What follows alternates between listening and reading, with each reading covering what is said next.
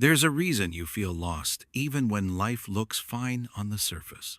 You've achieved, adapted, survived, yet something inside you still feels unfinished.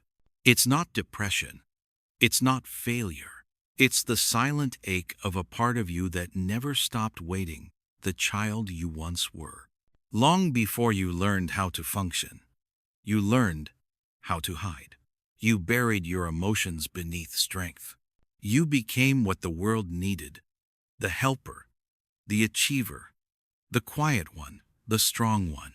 But somewhere in the process of growing up, you left someone behind, a softer voice, a smaller self, the one who still looks out from the corners of your heart, hoping you'll notice them again.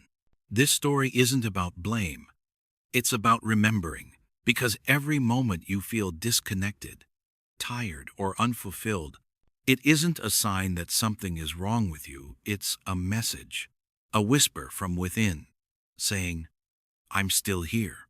Tonight, we journey inward past the masks, the noise, the years of pretending, to find the part of you that never stopped waiting to be seen. Because the truth is, you're not lost. You're just on your way back home to yourself. There's a certain kind of emptiness that hides behind busy lives. It doesn't shout. It hums quietly in the background, the feeling that something's missing, even when everything looks fine. You wake up, go through your routine, check the boxes, smile when you're supposed to, but somewhere inside, there's a quiet ache that doesn't go away. You can't explain it. It's not sadness exactly, not anxiety, not even boredom. It's like a small echo deep inside your chest, whispering that something important has been forgotten. You tell yourself you're fine. Everyone feels lost sometimes. But when the noise fades, when the world finally slows down, that echo gets louder. It asks questions you don't know how to answer. When did I stop feeling alive? When did everything become so heavy? You scroll, distract, work harder, talk louder, anything to drown it out. But the ache isn't an enemy. It's a signal. It's the soul's way of saying you've gone too far from yourself. We live in a world that teaches us to move faster, to achieve more, to always look ahead. But in the rush to grow up, many of us left behind the parts of ourselves that made life feel real. The curiosity, the wonder, the openness to love without fear. Those parts didn't die, they just got quiet. They're still waiting, still hoping you'll remember. Sometimes it hits you in the middle of an ordinary moment, standing in line, staring at your reflection, or lying awake at night. You feel that strange tug in your chest, like something inside you is trying to reach out. That's the ache. The quiet reminder that you've become disconnected from the person you were before the world told you who to be. Maybe you learned to be strong too early. Maybe you learned to please everyone just to stay safe. Maybe you learned to hide the real you so no one could reject it. Whatever the reason, a part of you went silent, and that silence has followed you ever since. This is where our story begins. Not in noise or chaos, but in the stillness you've been avoiding. Because beneath the routines, the smiles, and the strength, there's a truth waiting to be felt, that the emptiness you sense isn't proof of failure. It's proof of memory. It's your forgotten self, calling from the depths, saying, I'm still here. Please come find me. And maybe, just maybe, that ache isn't trying to hurt you. Maybe it's trying to lead you home. There was a moment, though you probably don't remember it, when something inside you quietly shut down. It didn't happen all at once. It began with a look, a word, a feeling that who you really were wasn't quite right. Maybe it was when you cried and no one came. Maybe it was when you were told to stop being so sensitive, or grow up, or be strong. In that moment, a small part of you decided that being yourself was unsafe, and so you began to disappear. You learned to smile when you didn't want to. You learned to hide your anger, your fear, your sadness, not because you wanted to, but because you had to. You adjusted yourself to the room, to the people, to what made others comfortable. You became careful. You watched. You read faces before you spoke. You started to trade truth for acceptance, piece by piece, until even you forgot what was real. The world rewarded this. Adults called you mature for your age. Teachers said you were easy. Friends liked you because you never made things complicated. But deep down, you knew something wasn't right. You were living, but not fully. You were safe, but not whole. It's strange how early the soul learns to hide. Long before you could put words to pain, you learned that showing your heart could cost you love. So you built walls, invisible ones, soft enough to let people think they knew you, strong enough to keep them from really seeing inside. And over time, the real you, the spontaneous, curious, honest part, became quiet. You stopped saying what you felt. You stopped asking for what you needed. You stopped trusting that anyone would understand. What once felt like a home inside you began to feel like a locked room. But that child didn't die. They're still there, frozen in the moment they went missing, still waiting for the world to feel safe enough to come out again. Every time you feel lost or disconnected as an adult, it's not because something's wrong with you. It's because that child still remembers what it felt like to be unseen. And maybe that's why you ache now. Because you've built a life around the version of you who learned to survive, not the one who came here to live. The mask has become so familiar that you've forgotten it's not your face. But deep down, you know. You can feel it in the quiet moments, the longing to be free again, to laugh without thinking, to cry without shame, to be loved without performing. That's the truth trying to surface. That's the child within you, whispering through the cracks of time, I'm still here. I never stopped waiting for you. At first, the mask felt like protection. You didn't even know you were putting it on. It began the moment you realized that being fully yourself didn't always earn love, but pretending could. So, you learned to read the room. You learned what version of you people liked best. The polite one, the helpful one, the funny one, the quiet one. You became whoever you needed to be to stay safe, to be accepted, to belong. The mask didn't lie, not completely. It was built from real parts of you, just carefully arranged to hide the rest. It smiled when you were hurting. It said, I'm fine, when you were anything but. It learned to hold everything together, because falling apart wasn't an option. The world applauded your strength. They said you were reliable, kind, mature. But behind the applause, you could feel the exhaustion growing, because every time the mask smiled, the real you went quieter.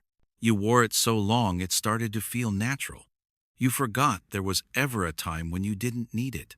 You began to measure your worth by how others saw you. If they were happy, you were good. If they were upset, you had failed.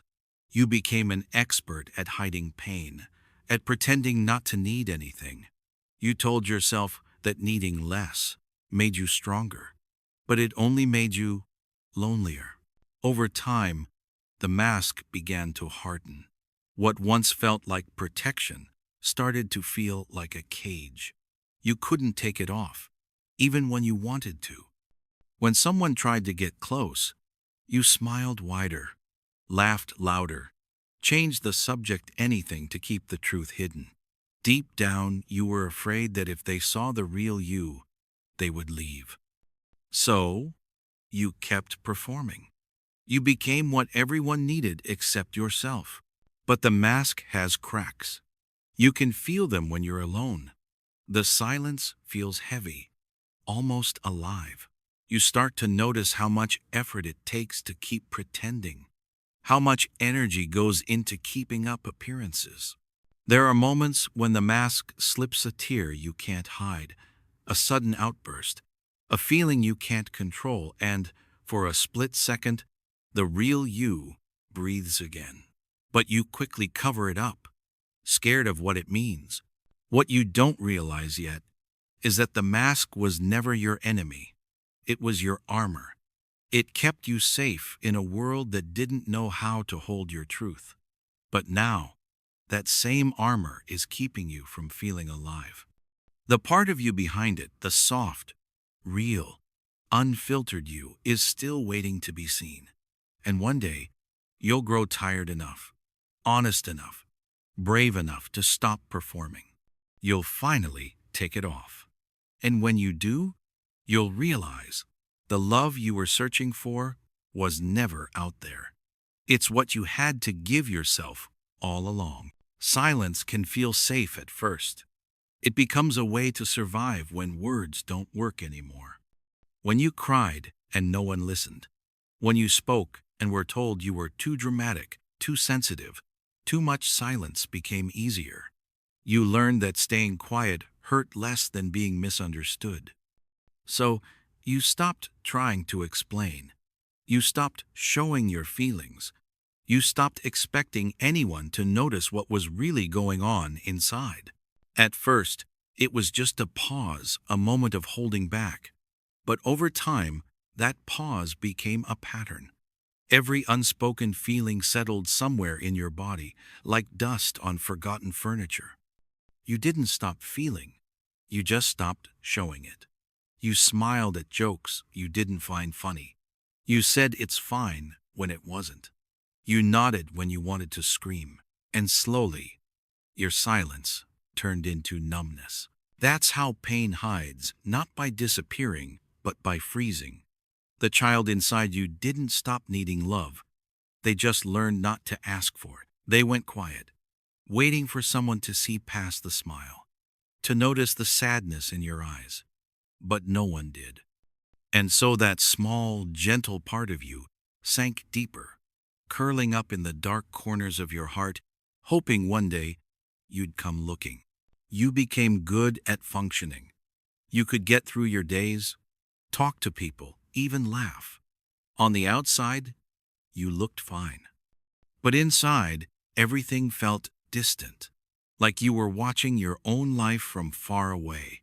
Moments that should have felt happy only felt muted. Love felt blurry, joy felt temporary, and peace felt unreachable. That's the cost of silence. It protects you from pain, but it also keeps you from feeling alive. You started to think maybe this is just how life is, a quiet ache that never really leaves. But deep down, a part of you knows that isn't true.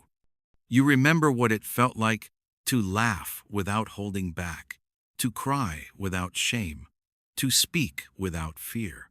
You remember what it felt like to be whole.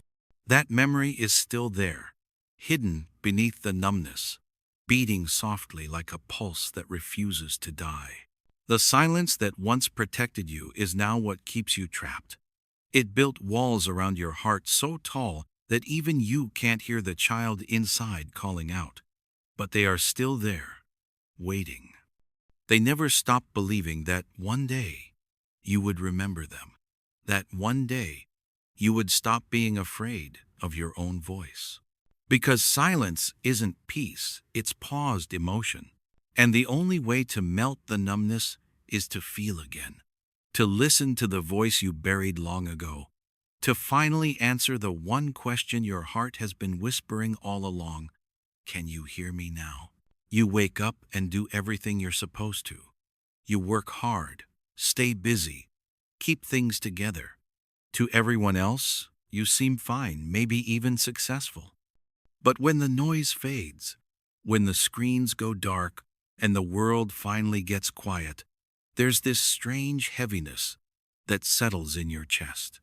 You don't know why, you just feel sad. Not the kind of sadness that makes you cry, but the kind that lingers, like a shadow that follows you everywhere you go. It doesn't make sense. You've built a life that should make you happy. You've checked all the boxes: school, job, relationships, goals. You smile when people ask how you are. You say, "I'm good," because that's what you're supposed to say. But deep down, you feel like something important went missing.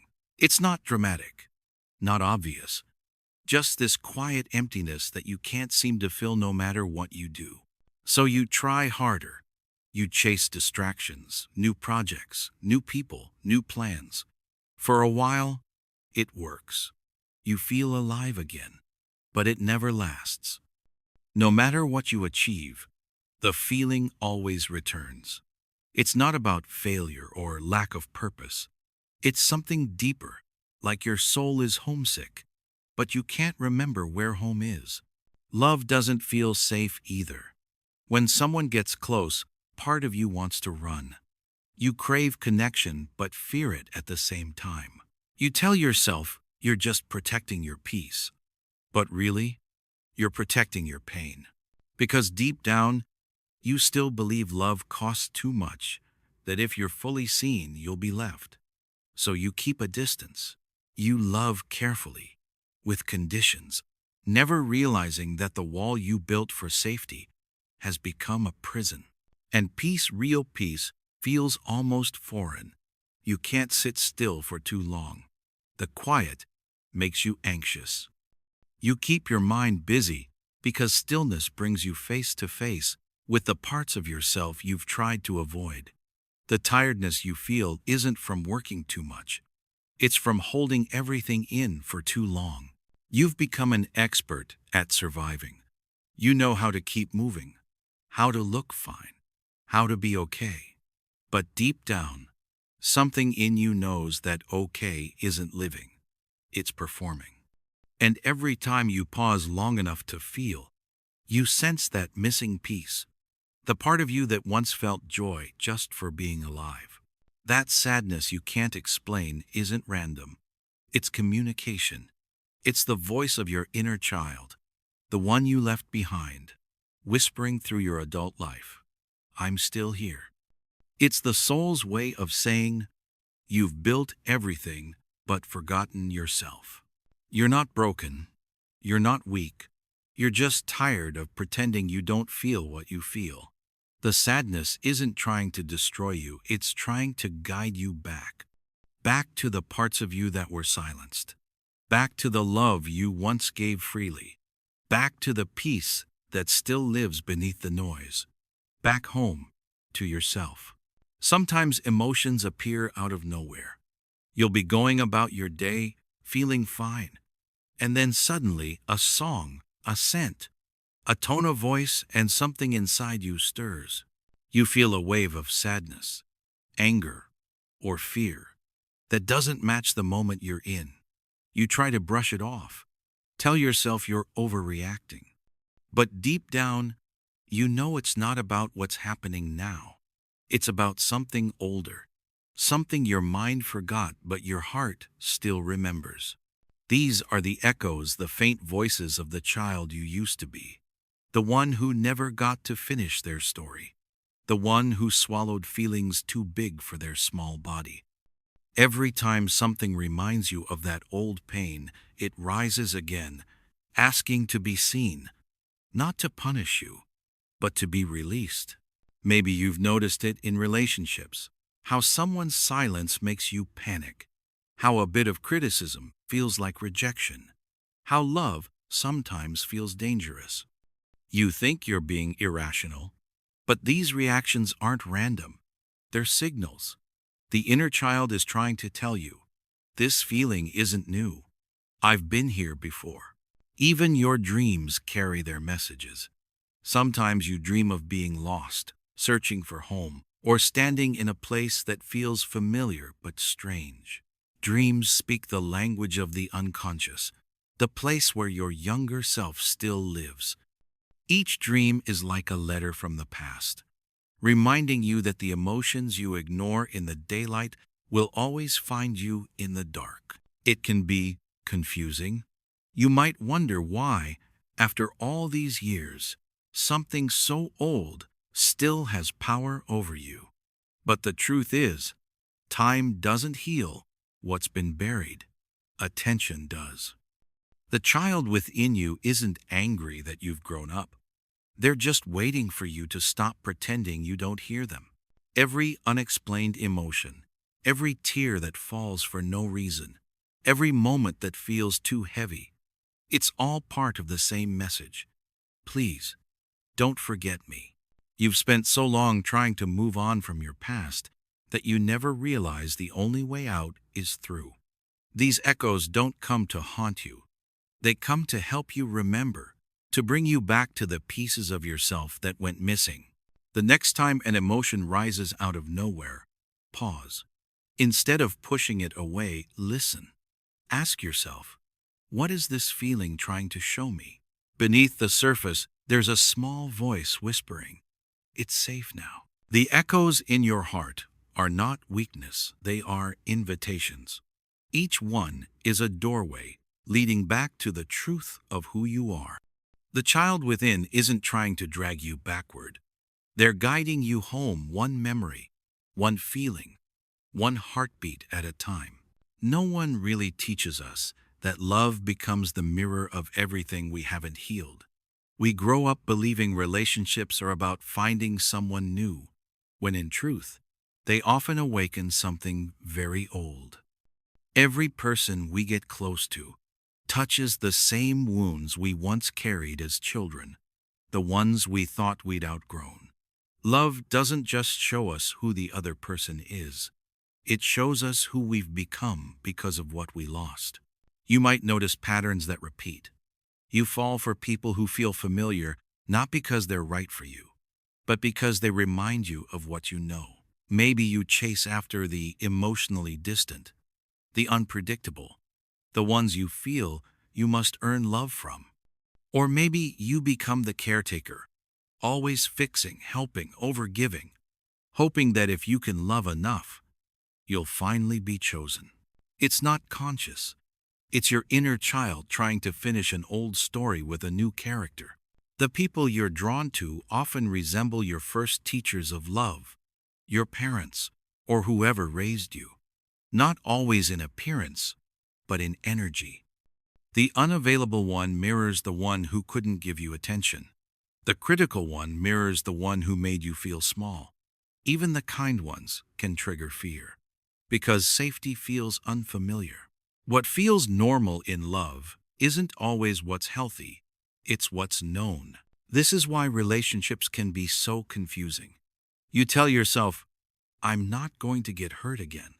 Yet you find yourself in the same emotional place, wearing a different face.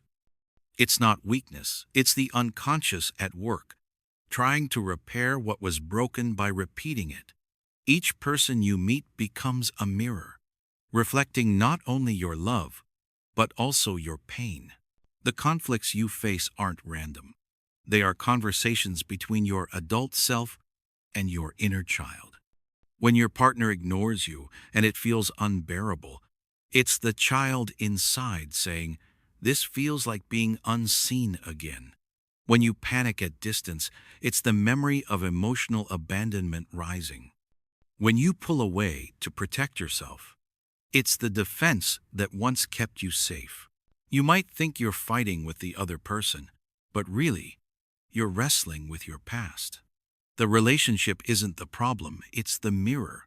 And as painful as it can be, that mirror is sacred. It gives you the chance to finally see what's been driving your heart all along. Healing begins when you stop blaming love for your pain and start listening to what it's trying to show you. Every trigger is a signpost, every argument an invitation to understand yourself more deeply. The purpose of love isn't to complete you, it's to awaken you, to help you meet the parts of yourself you once abandoned. The mirror can hurt, yes, but it can also heal.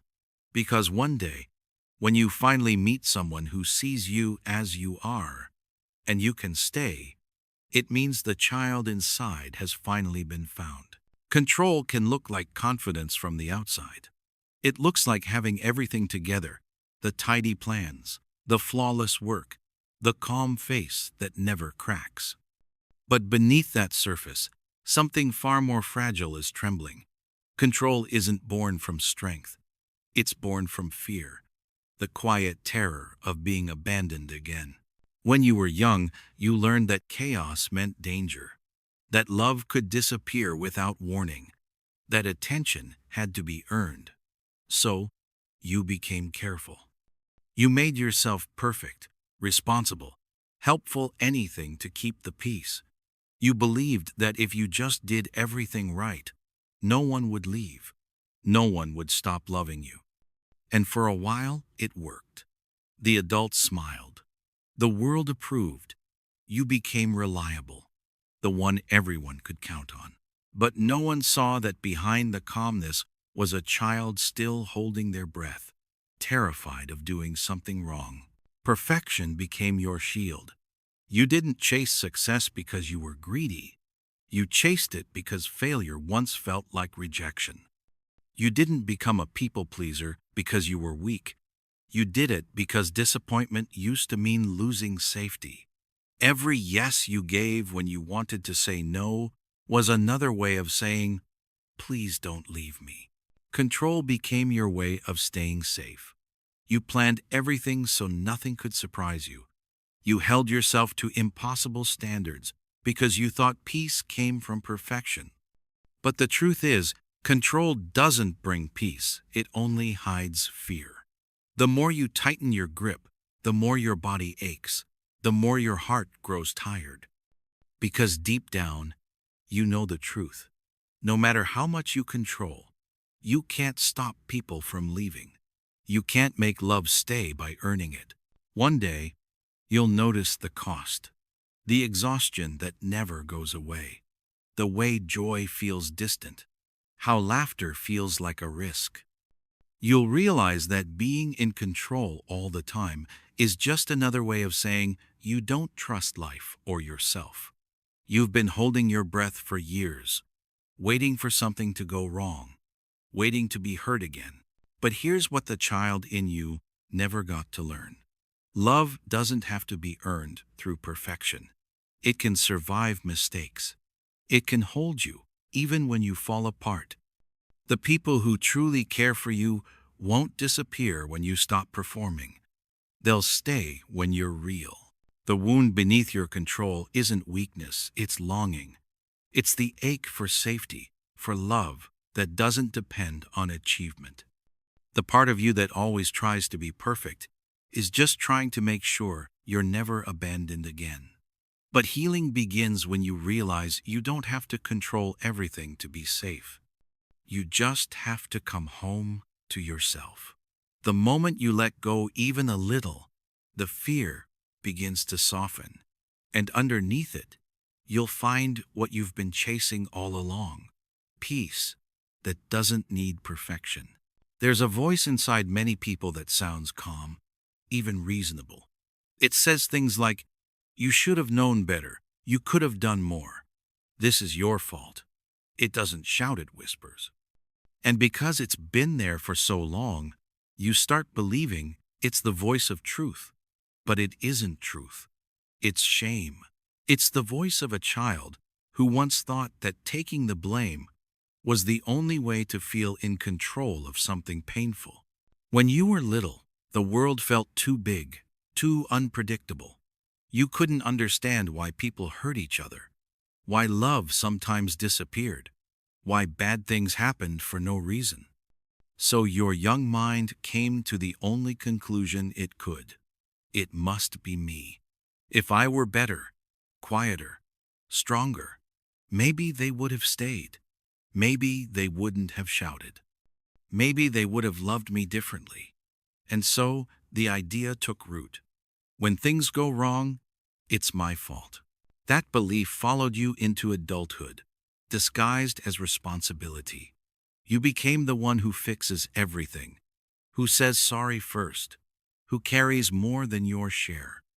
You take on guilt that isn't yours, because somewhere inside, you still think pain equals punishment. You call it accountability, but deep down, it's fear. Fear that if something breaks, you'll be left again. The problem is, shame doesn't heal through effort. It grows through silence. Every time you tell yourself you should have done more, you tighten the chains around your heart. You can't forgive yourself because you're still trying to earn forgiveness from people who never knew how to give it. You still believe you have to prove your worth to deserve peace. You might not even notice how often you blame yourself. When someone treats you badly, you wonder what you did wrong. When life doesn't work out, you assume it's because you failed. Even when you feel sad, you scold yourself for feeling too much. But all this blame does is keep the wound open. Shame convinces you that punishing yourself is the same as taking responsibility, but it isn't. It's self-abandonment. That voice, the one that says, "It's your fault," was born out of a need for control in a world that made you powerless.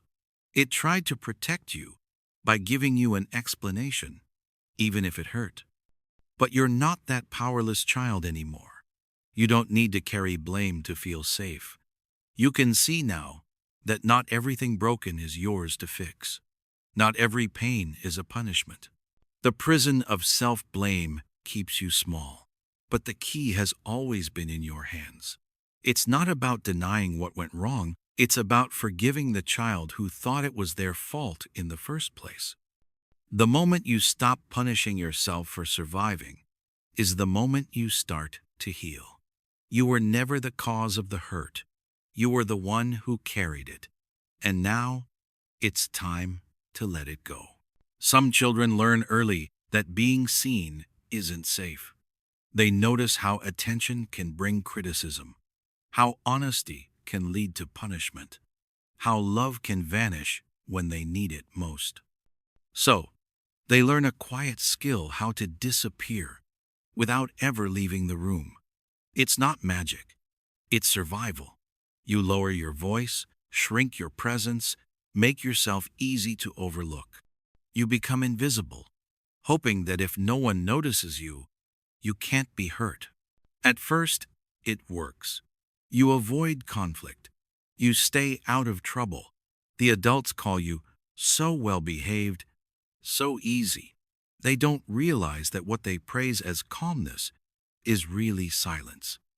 They don't see that the quiet child is carrying the weight of invisibility, the belief that existing too loudly will cost them love. So, you make yourself smaller. You become the listener, the observer, the one who blends in. You start reading people's moods before they speak, adjusting yourself to keep the peace. You learn to fade into the background, smiling when needed, disappearing when not. It becomes a way of life, a way of staying safe in a world that never learned how to hold you. But disappearing has a price. Over time, you forget what it feels like to take up space. You forget how to ask for what you want, or even what you want at all. You tell yourself you're fine being alone, that you prefer silence, but deep down, it hurts.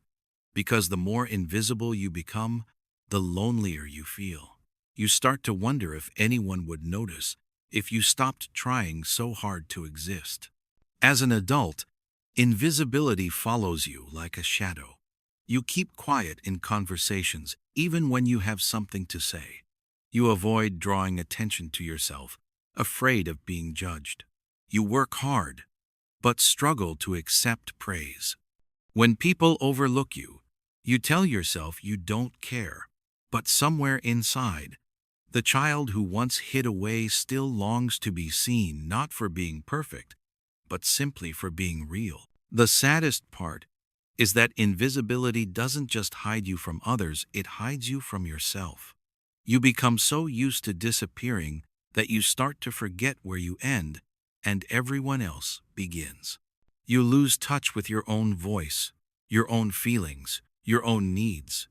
And one day, you realize that the thing keeping you safe has also kept you lonely. But invisibility isn't forever. The same instinct that once made you hide can now help you find your way back. You've spent years watching others, understanding their pain. Now it's time to turn that understanding inward. The child who learned to disappear doesn't need to stay hidden anymore. The danger is gone. The walls can come down. You don't have to be invisible to be safe. You don't have to be quiet to be loved. You just have to let yourself be seen, slowly, softly, truthfully. Because the moment you allow the world to see who you really are, the loneliness begins to fade.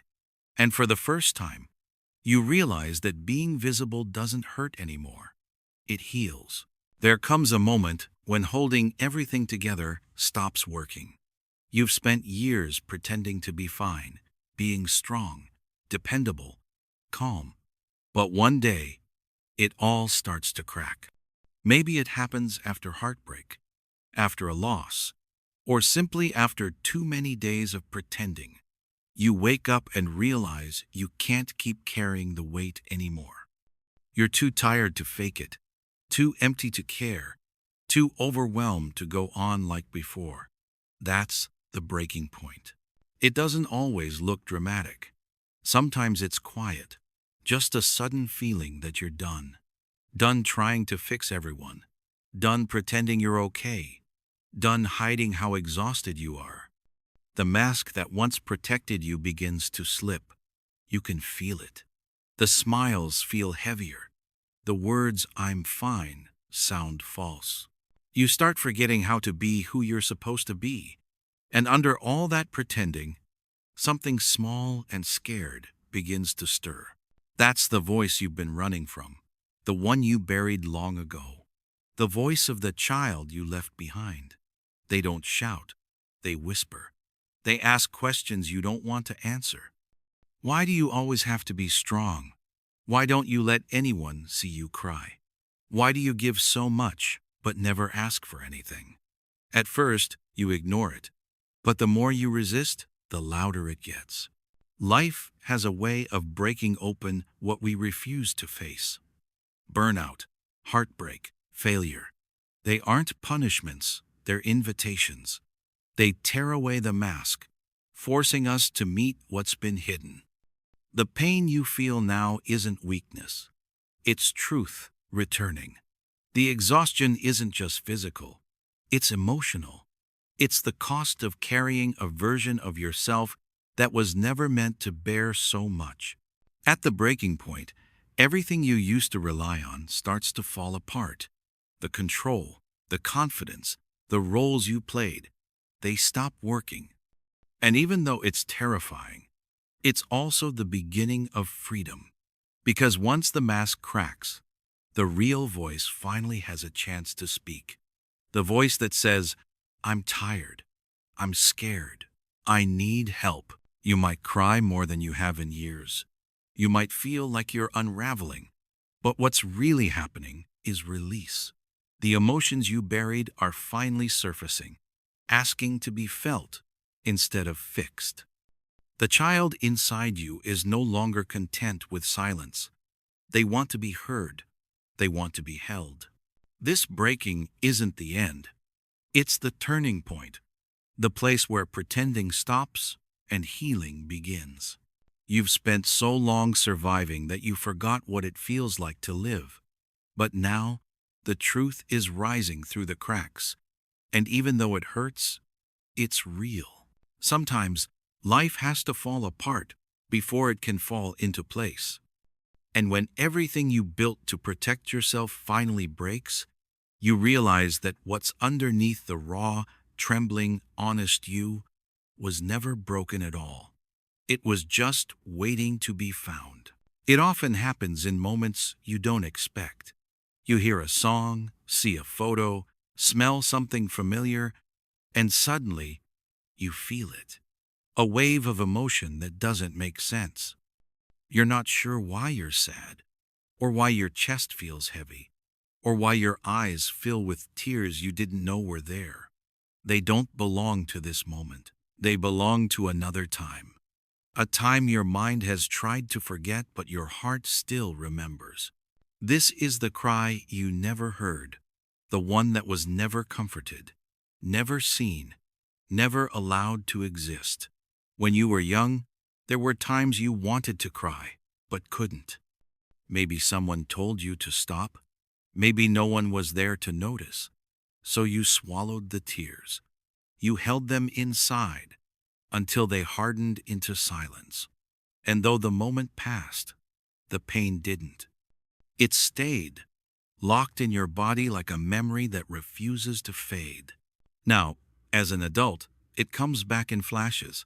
You think you're reacting to something small, a rejection, a harsh word, a quiet night alone. But really, it's that old wound rising again. It's the child in you finally whispering, "Can I cry now?" It's the soul's way of remembering what the mind erased. The body never forgets what the heart was forced to bury. Sometimes your sadness today isn't about today at all. It's grief from the past asking to be released. That's why certain moments hit harder than they should. That's why emotions sometimes feel bigger than the situation. They're echoes, traveling through time, searching for a listener who finally knows how to care. It can feel strange, crying for something you don't fully understand. But tears are not weakness. They're truth finding its way out. They are the voice of the child you once were, speaking in the only language they ever had: feeling. Every tear that falls now is one that couldn't fall then. Every sob that escapes is a small act of freedom. This kind of healing doesn't happen in your head. It happens in your heart, through shaking hands, deep breaths, and the courage to feel what was once too much. It's messy, yes, but it's sacred. Because every emotion that resurfaces is proof that you're no longer numb. You're remembering what it means to be alive. Letting those tears come isn't falling apart, it's falling open. The cry you never heard is finally being answered, not by someone else, but by you. You're the one sitting beside the pain now, listening, holding, allowing it to exist. That's what healing looks like. You don't have to understand every memory. You don't need to name every reason. All you have to do is feel. Because every tear you shed now is really a message from the past saying, "Thank you for finally hearing me." Healing isn't about forgetting what happened. It's about returning to the place where it began, not to suffer again, but to bring love where there was once fear. This is the part most people avoid. We think healing means moving on, closing the door, pretending the past no longer matters. But the truth is, what you ignore doesn't disappear. It waits, quietly, patiently, until one day, life brings you back to it not as punishment, but as an invitation to finally meet what was left behind. Returning to the wound is not easy. The memories come in fragments, a sound, a word, a feeling. Sometimes they arrive all at once, flooding your chest with emotions you can't explain. You might see the small version of yourself again, the one who sat in silence, the one who cried in secret, the one who learned too early to be strong. At first, it's hard to look. You want to turn away. But healing begins the moment you stop running and decide to stay. You don't have to relive every detail. You don't need to reopen the pain to understand it. You only need to stand beside that younger self and say what no one else did. You didn't deserve this. It wasn't your fault. You were always worthy of love.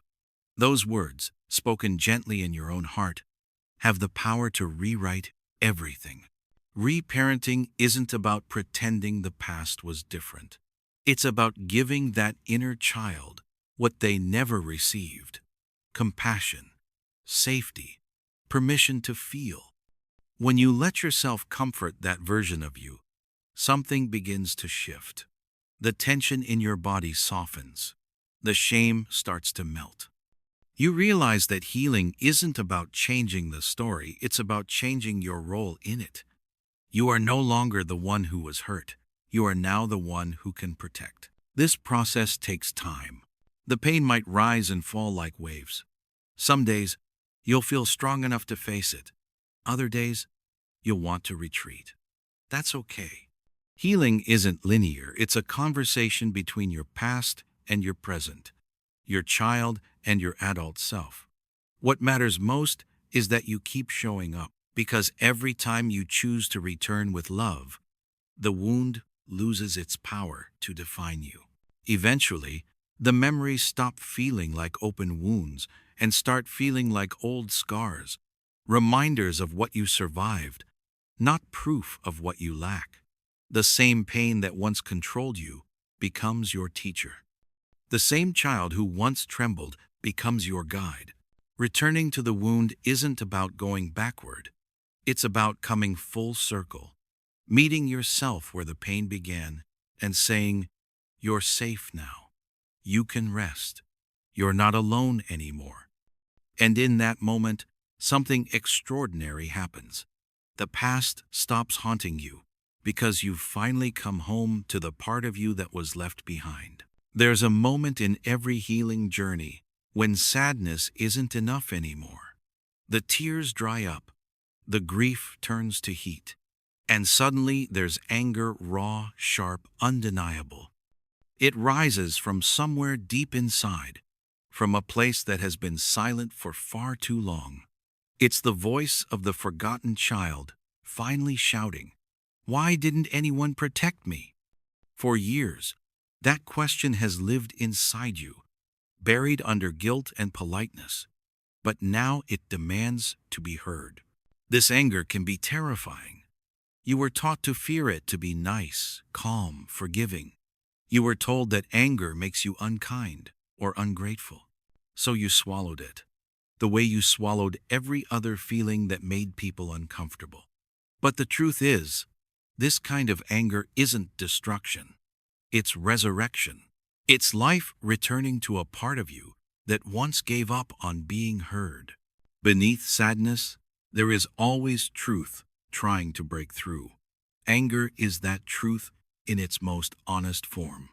It's the soul's protest against injustice, neglect, and betrayal. It's the energy that says, "Enough. Enough pretending it didn't hurt. Enough excusing what was never okay.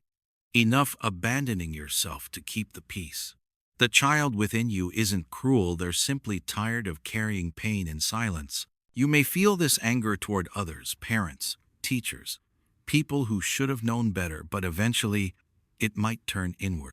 You'll find yourself angry at yourself for staying quiet, for not fighting back, for letting it happen. But that self-directed anger is just another layer of grief. You couldn't protect yourself back then. You were too small, too dependent, too scared. The anger you feel now isn't proof that you're bitter. It's proof that you've stopped blaming yourself for what was never yours to carry. Letting that anger exist is sacred work. When you finally allow yourself to feel it without shame, it begins to transform. The heat softens. The energy shifts. What was once rage becomes clarity, a deep knowing of what you deserved and didn't receive. And in that clarity, something powerful awakens. Boundaries. You start to say no where you once said yes. You stop apologizing for existing. You begin to see that love without respect isn't love at all.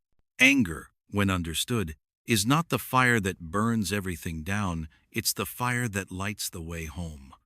It shows you where you were hurt and where healing still needs to happen. It teaches you to protect yourself the way no one else did.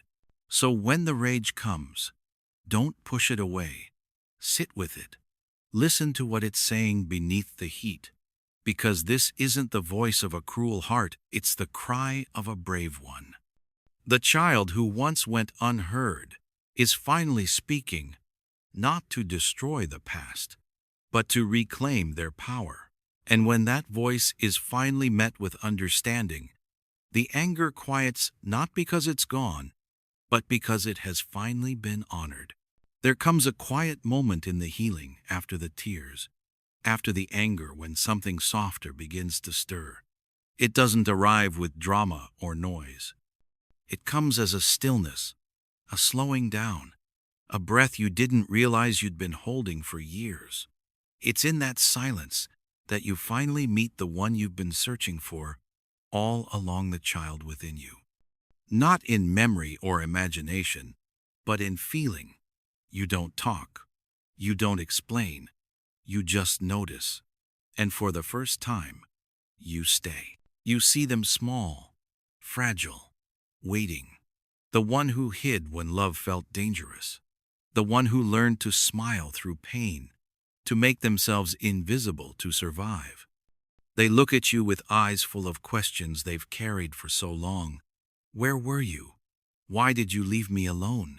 And you realize you don't have the perfect answer. You can't rewrite what happened. But you can do something even more powerful. You can show up now. This is the first embrace. It isn't about saying the right words or fixing the past. It's about presence, about being the person your younger self always needed. You don't turn away from their pain anymore. You hold it. You let the tears fall. You let the ache move through you without running from it. And in that embrace, something incredible happens.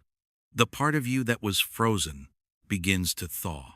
You feel grief deep, honest grief for everything they went through, for the loneliness, the confusion, the moments that broke their trust in the world.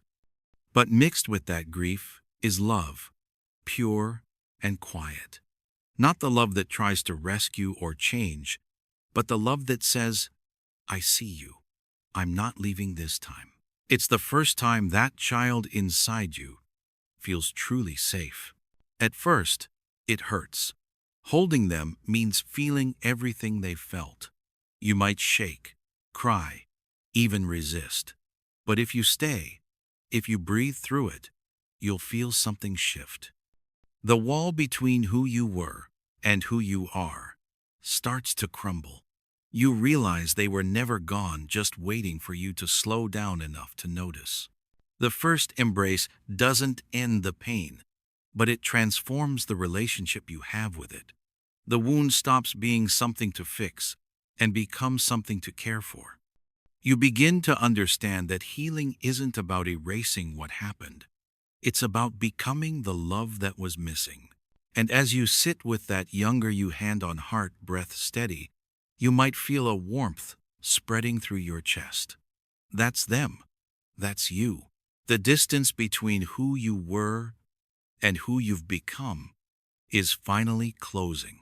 The child who once waited in silence no longer waits alone.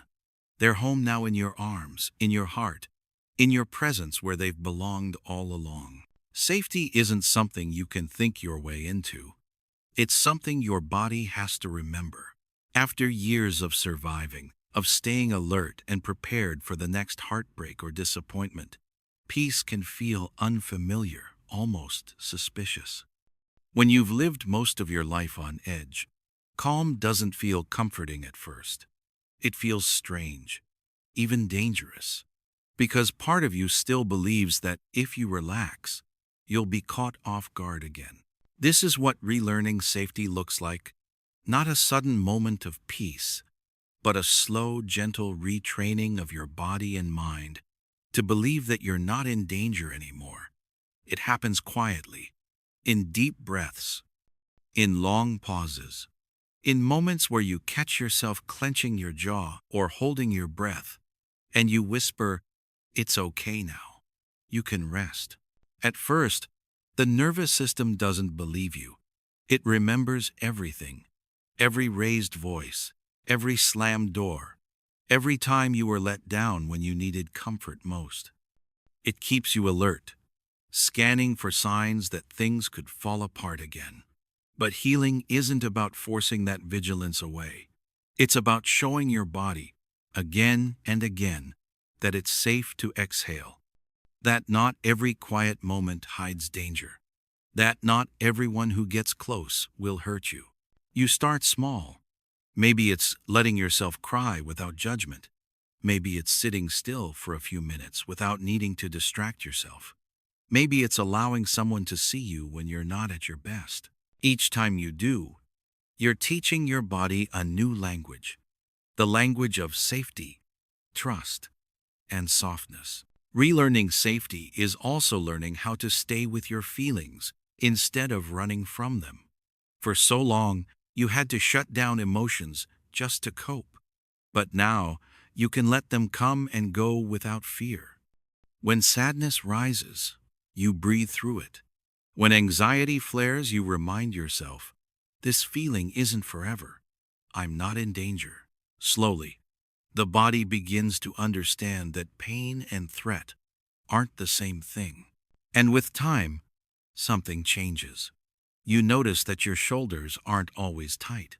Your breath feels easier. The world seems less hostile.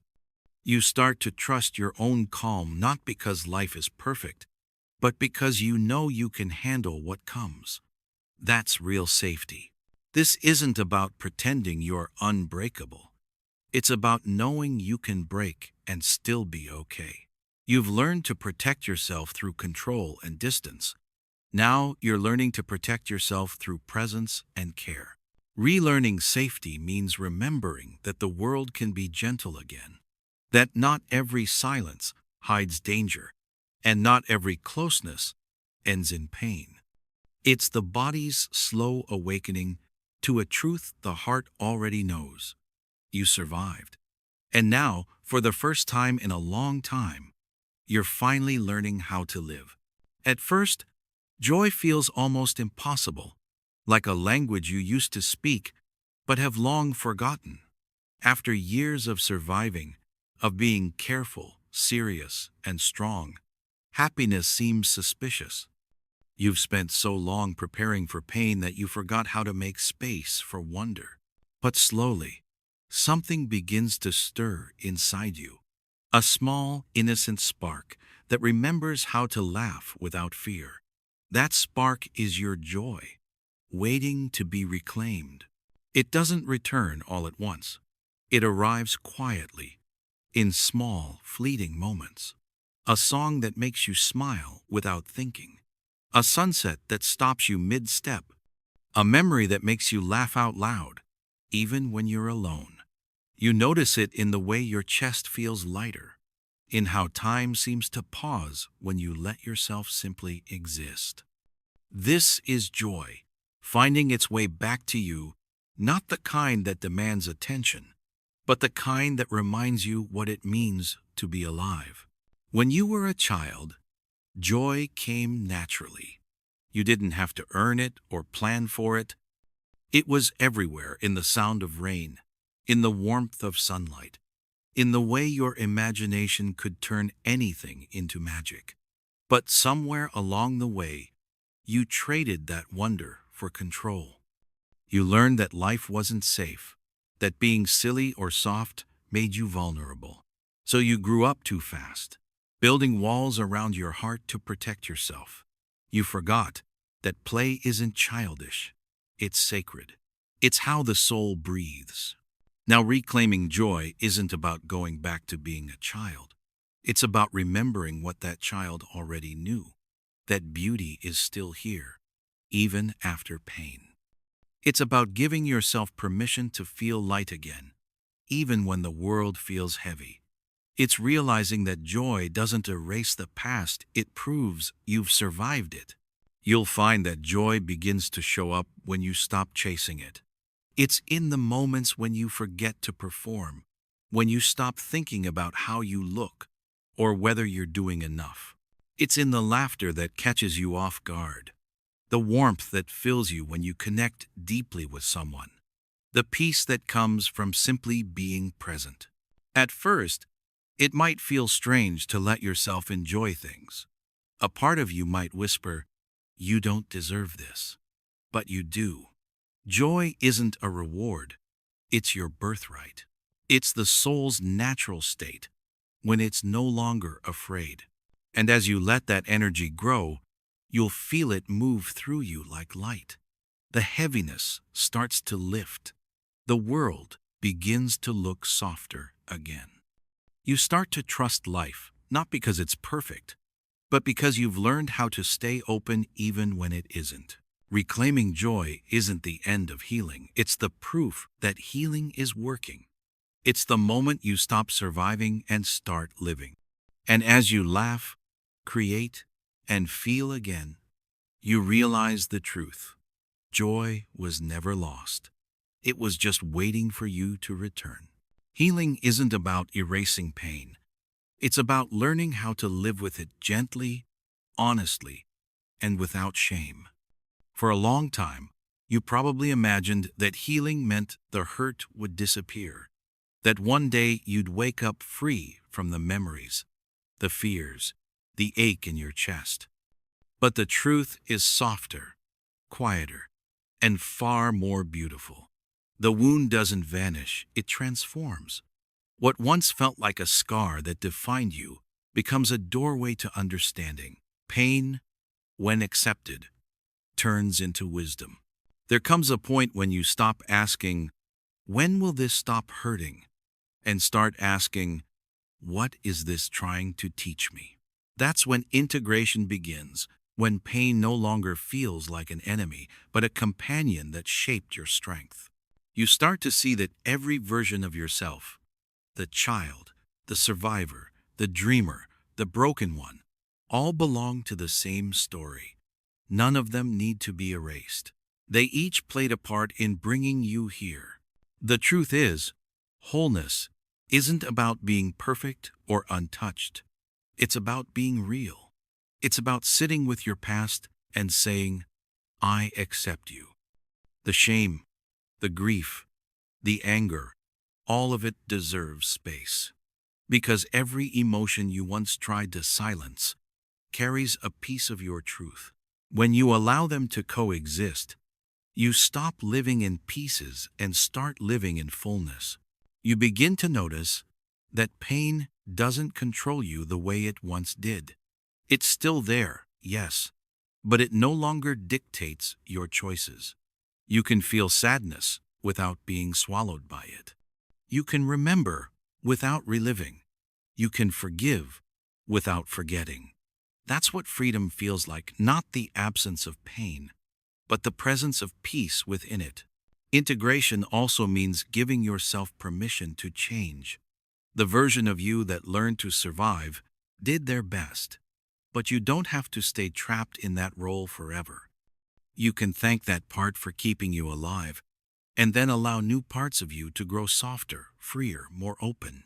The pain becomes less of a burden and more of a teacher, showing you where compassion begins, with yourself. When you reach this point, you start to see beauty in the cracks.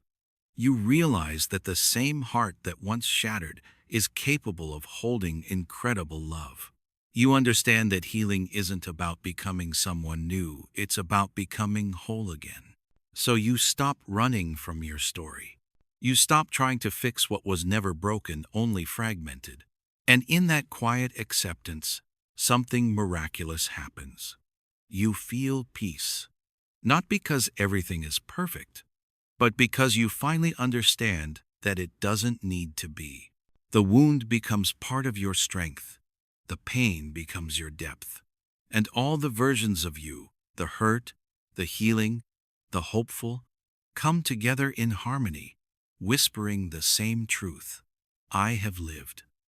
I have learned. And I am whole. There comes a point in the healing where you stop waiting for someone else to rescue you. You stop hoping that the right person, the right moment, or the right love will finally fill the emptiness. Instead, something inside you shifts quietly, powerfully, and you realize that what you've been searching for has always been within you. This is the awakening of the inner parent. It begins with noticing the ways you still abandon yourself, how you silence your feelings to keep the peace, how you criticize yourself for not being enough, how you push through exhaustion because you fear disappointing others. You start to see that the voice inside that demands perfection isn't really you. It's the echo of those who once made you feel unsafe or unseen. And then, for the first time, you begin to speak back, gently, firmly. You say, "No more. You deserve kindness now." The inner parent is the part of you that steps in when no one else does.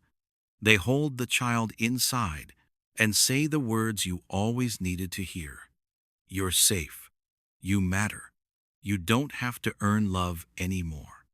At first, it feels unnatural. You've spent so many years giving comfort to others that turning it toward yourself feels almost wrong. But the more you practice, the more natural it becomes. The more you realize that caring for yourself isn't selfish, it's sacred. You start creating safety through consistency. You keep small promises to yourself, resting when you're tired, eating when you're hungry, stepping away when something hurts.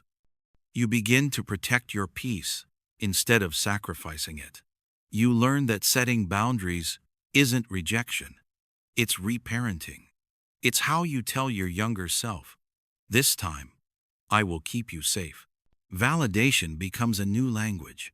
You stop looking for proof of your worth in other people's reactions. When you feel hurt or anxious, you place a hand on your heart and remind yourself, it's okay to feel this way. That small act of acknowledgement is healing in itself. It tells the child within that their feelings finally have a home, one that doesn't judge or abandon. The more you nurture yourself, the less you crave from others what they were never able to give. You still love, still connect, but you no longer do it from emptiness. You do it from fullness, from knowing that your worth isn't up for negotiation. You've become the protector, the guide, the comforter you always needed. And one day, you notice something has changed. The inner chaos feels quieter. The loneliness feels lighter. The part of you that once waited for someone else to show up finally realizes you showed up. This is what it means to become whole. To hold yourself with the love you once begged for. To become both the child and the parent. To whisper into your own heart, "You're safe now. I'm here, and I'm never leaving again." There comes a moment when the search ends, not because you've found everything you wanted, but because you've realized you were never really lost. For so long, you looked outward for peace. In people, in places, in purpose. You tried to fill the quiet with achievement, distraction, and love that couldn't last. But after the noise fades and the striving slows, you begin to see that what you've been chasing was never out there. It was always within you, waiting for you to come home. Home isn't a place. It's a feeling, the sense of belonging to yourself without needing to perform or prove anything. It's waking up and realizing that you no longer need someone else's approval to feel real. It's finding comfort in your own company, in the rhythm of your breath, in the stillness that used to make you uneasy. You no longer run from the silence, because you've learned it's not empty, it's full of you. At first, this kind of peace feels unfamiliar. You've spent so much of your life living outside of yourself, fixing, pleasing, chasing, achieving, that being still can feel like doing nothing. But with time, you start to notice the beauty in it. You feel the weight of your body against the earth, the rise and fall of your chest, the simple miracle of being here, alive. Presence becomes your refuge. You stop needing to explain yourself. You stop trying to earn rest. You start allowing life to be what it is. Not perfect, not painless, but enough. The chaos that once consumed you loses its power because you no longer seek safety in control. You find it in trust, in the quiet knowing that no matter what happens, you can return to yourself. This home within isn't built overnight. It's built every time you listen to your needs instead of ignoring them. Every time you forgive yourself instead of criticizing. Every time you choose peace over punishment. Slowly, you realize that belonging doesn't mean fitting in. It means accepting yourself as you are. Here, now. You may still have moments of loneliness, but they no longer feel hollow. Because even when you're alone, you're not abandoned. You carry your own company, your own care, your own steady love. The world around you can shift and break, but the foundation within stays strong. And one day, you sit quietly, no distractions, no noise, and you feel it, that deep, warm stillness in your chest. The ache has softened, the searching has ended.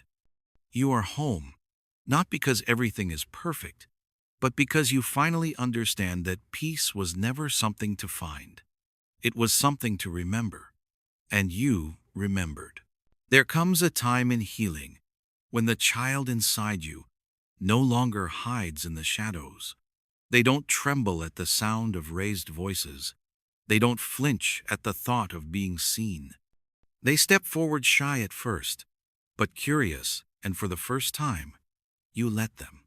You don't hush them. You don't send them away. You smile, open your hand, and let them walk beside you. They are smaller, yes, but braver than you remember. They look at the world with wonder again, the same world that once scared them. They find beauty in small things. The way sunlight dances through leaves, the sound of laughter echoing down a street, the smell of rain on warm pavement. They remind you that life isn't just about surviving, it's about noticing, about allowing joy even when it feels undeserved. This is the part of the journey where the inner child becomes your companion, not your wound. You no longer look at them with pity or pain, but with tenderness. You see their courage, their imagination, their deep ability to love. You realize that the parts of you once labeled too sensitive, too emotional, too much, were never flaws. They were wisdom. The child inside you always knew what mattered: connection, honesty, presence. As they walk beside you, they teach you how to soften again. They remind you that vulnerability isn't weakness, it's life in motion. They show you how to laugh without fear of being loud, how to speak without rehearsing, how to trust without conditions. They don't need you to be perfect. They just need you to stay. There will still be days when you feel heavy, when old fears try to pull you back into silence. But now, you're not facing them alone. The child within you knows the way through. They point toward light when you forget where it is.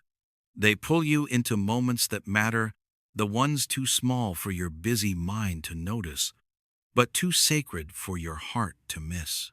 And perhaps the most beautiful part is this: you no longer need to protect them from the world. You protect them by being true. Every time you honor your feelings, every time you rest when tired, or speak your truth, you show them what safety looks like. They see it in your actions, not your promises. The child who once hid in silence now lives in your laughter, your creativity, your empathy. They no longer need to be rescued, they're free. And so are you. Together, you move through the world with an open heart, wiser, softer, more whole. The adult and the child no longer separate, finally walk as one. And in that union, you discover the simplest truth of all. The parts of you that once hid away were never broken. They were only waiting for love. There is a kind of power that doesn't shout.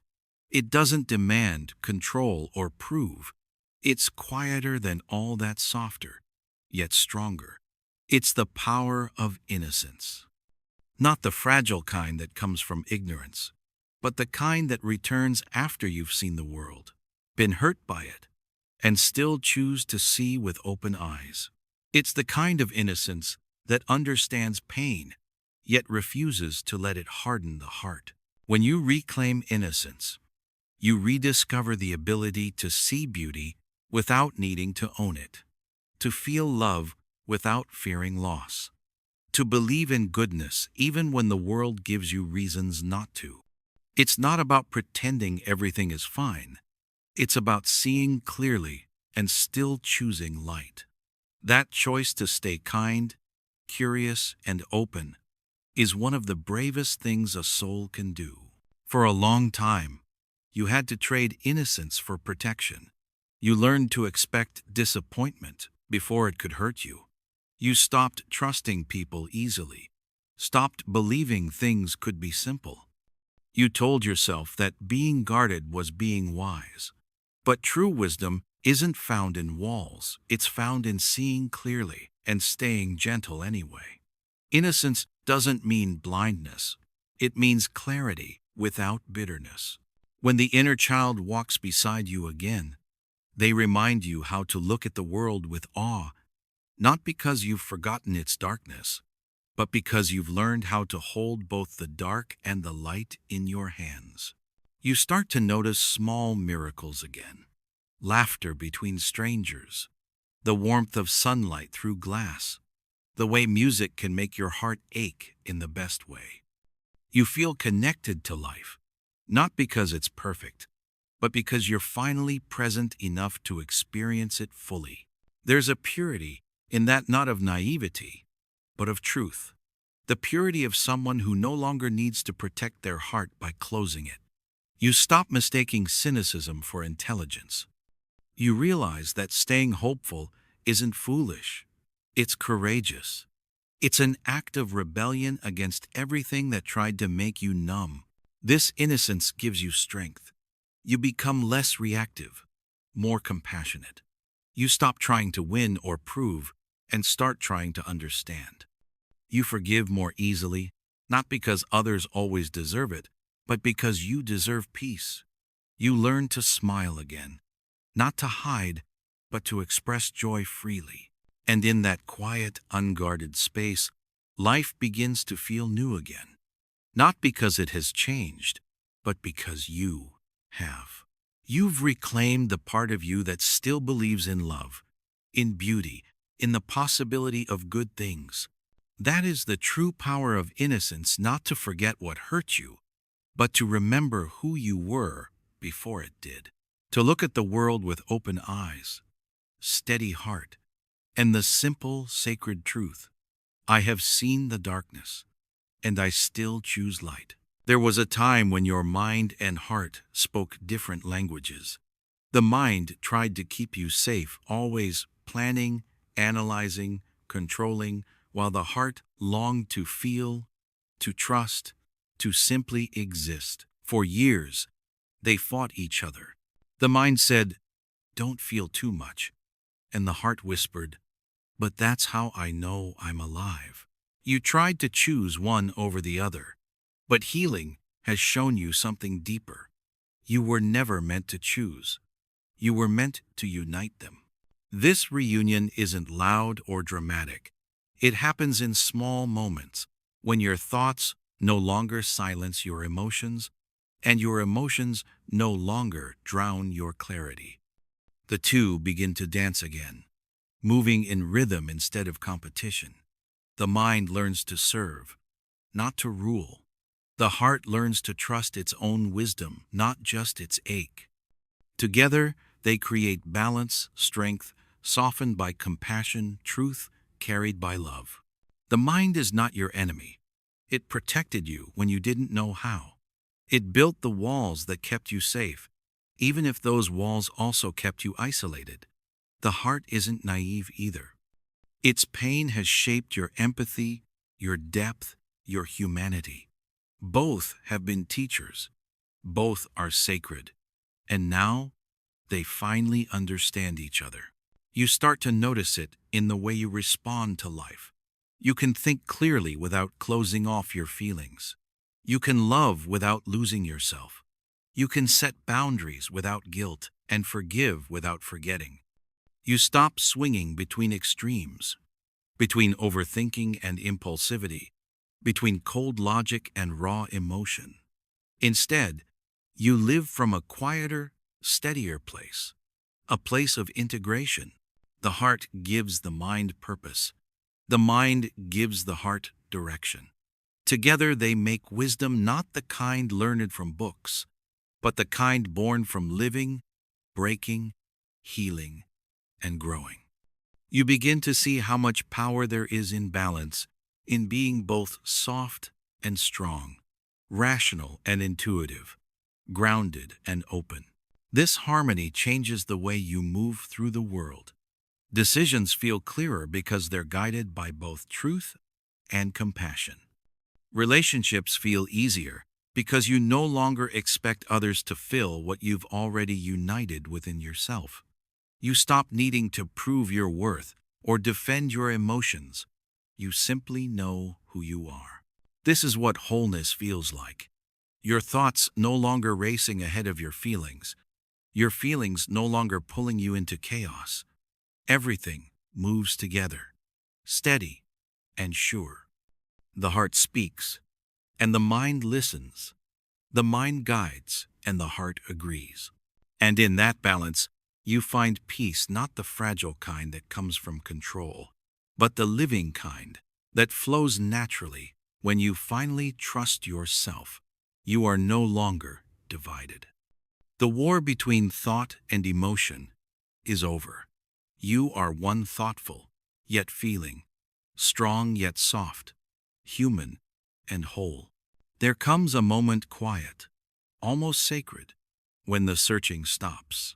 Not because everything is perfect, but because you finally see clearly. The ache that once drove you no longer feels like emptiness. It feels like space, the gentle stillness that comes after a long storm. You realize that what you were looking for all this time wasn't a person, a place, or a purpose. It was you. The part of you that went missing has finally come home, not through time, but through awareness.